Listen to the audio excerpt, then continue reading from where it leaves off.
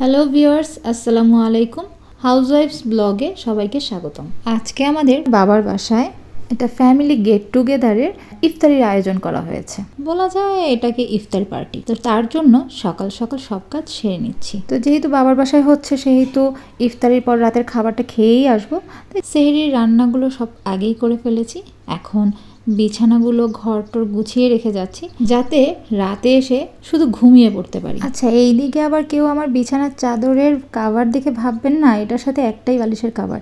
এখানে আমি আমার চুল পড়ার সমস্যা কমানোর জন্য আমি সিল্কের কাপড় দিয়ে বালিশের কাভার বানিয়ে নিয়েছি। তো ওটাই আমি সবসময় ইউজ করি। বাহির থেকে কেউ আসলে হয়তো আমি কাভারটা চেঞ্জ করি। আচ্ছা, এখানে একটু বলে রাখি, এই গেট টুগেদারে একটু ভিন্নতা রয়েছে।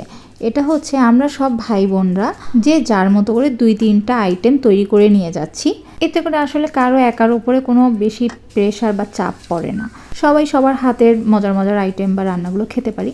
তো যাই হোক, এখানে আজকে আমি হালিম আর নুডলস করে নিয়ে যাব, আর বাহির থেকে শুধু জিলাপি কিনবো। তো এই দিকে আমি গরুর মাংস মেরিনেট করে রেখেছিলাম হালিমের জন্য।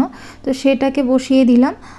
এটাকে কষিয়ে নিতে নিতে পাশের চুলাতেই আমি নুডলস সিদ্ধ করে নিচ্ছি। তো এটা সিদ্ধ হতে হতে ততক্ষণে আমি এদিকে হালিম মিক্সের যে ডালটা রয়েছে এটাকে আমি এখন গরম পানিতে কিছুক্ষণ ভিজিয়ে রাখবো। মাংসটা কষানো হতে হতে এটাও ভিজে যাবে। যারা আমার ভিডিও দেখেছেন তারা তো জানেন এই হালিম মিক্সের ডালটাও আমার নিজের ঘরের তৈরি।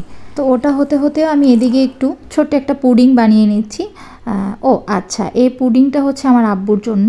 আমার আব্বু ডায়াবেটিক্সের রুগী। তো আমার আব্বুর যেহেতু ডায়াবেটিক্স, তার ওপর প্রেশার, দাঁতের সমস্যা, হার্টের সমস্যা, যার কারণে ভাজা পোড়া বা ঝাল জাতীয় শক্ত কিছু খেতে পারে না। তাই আব্বুর জন্য একটু পুডিং করে নিয়ে যাচ্ছি, একদম চিনি ছাড়া।